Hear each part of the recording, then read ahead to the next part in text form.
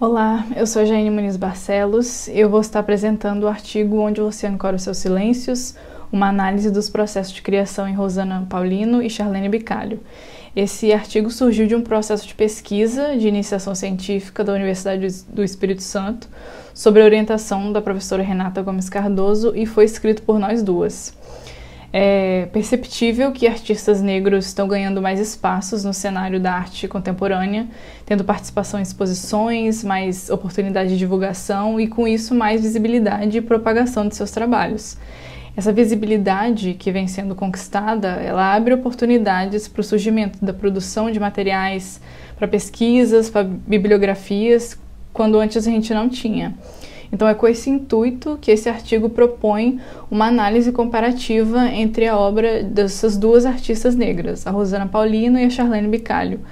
Ela busca traçar motivos e historicidades em comum nas obras para levar discussões sobre gênero e identidade. São duas artistas contemporâneas muito importantes na construção da cultura visual brasileira e também na formação crítica dos sentidos e ideias no âmbito da educação e da formação social. A Rosana Paulino é uma artista de São Paulo, com uma trajetória de mais de 20 anos, tem o seu trabalho reconhecido nacional e internacionalmente.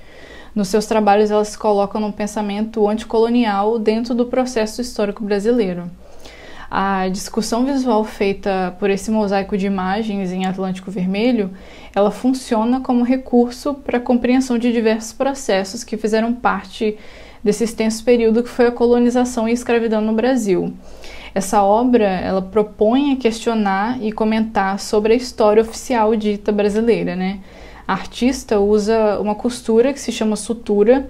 Ela é um tipo de costura que é utilizada para fechar ponto em machucados e feridas no nosso corpo.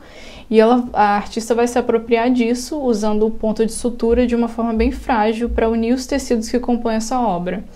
É uma costura da história colonial, porque a gente vê os elementos desse período nas imagens impressas nos tecidos. Tem a caravela utilizada para transportar os escravizados, o homem negro, no mesmo formato das imagens científicas, mulheres negras realizando trabalho forçado dos engenhos e a azulejaria portuguesa.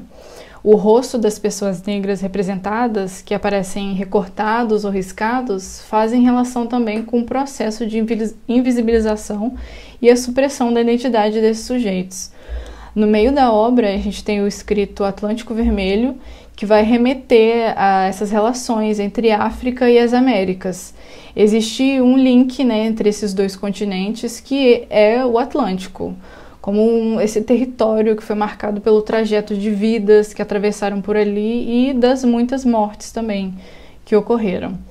É sobre o Atlântico que Charlene Bicalho também vai realizar sua obra, Onde você ancora os seus silêncios 1 e 2. Ela é uma artista de Minas Gerais, mas tem um trabalho extenso realizado no Espírito Santo, inclusive o de Onde você ancora os seus silêncios.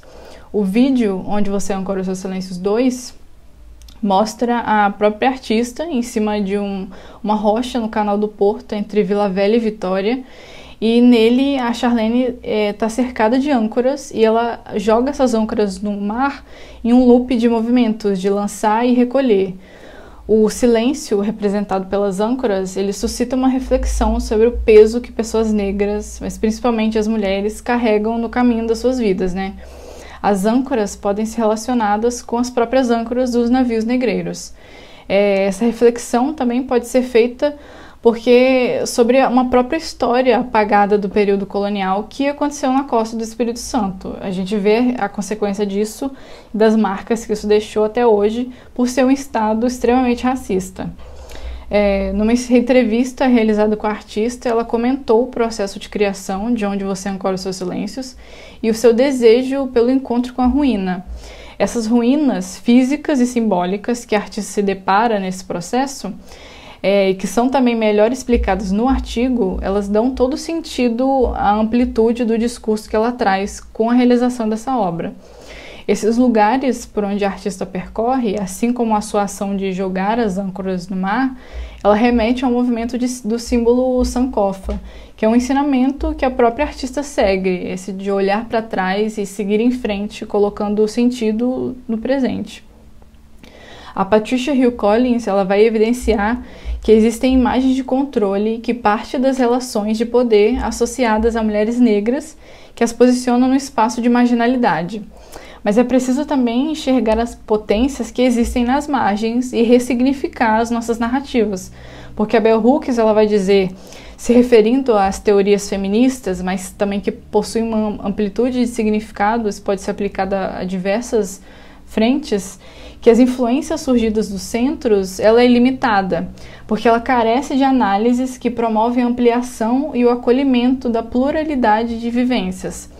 Então é analisando num processo de observação dos significados das duas obras e numa procura também individual de busca pela cura de violências causadas pelo racismo, que eu enxergo as suturas da Rosana como um processo de cura possível, assim como as âncoras da Charlene também. Porque eu e a Renata, nós também somos mulheres negras que estão escrevendo sobre outras mulheres negras e sobre esses processos que também nos perpassam. O trabalho, a obra é a cura e é também a nova narrativa, a nova epistemologia, tudo em uma coisa só.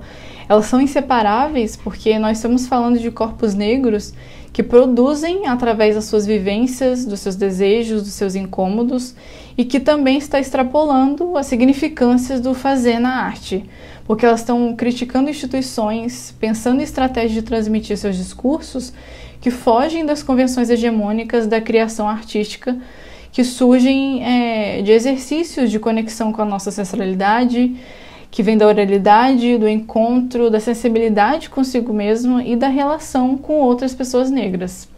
Então é com essa reflexão que eu concluo a apresentação do nosso artigo. Muito obrigada.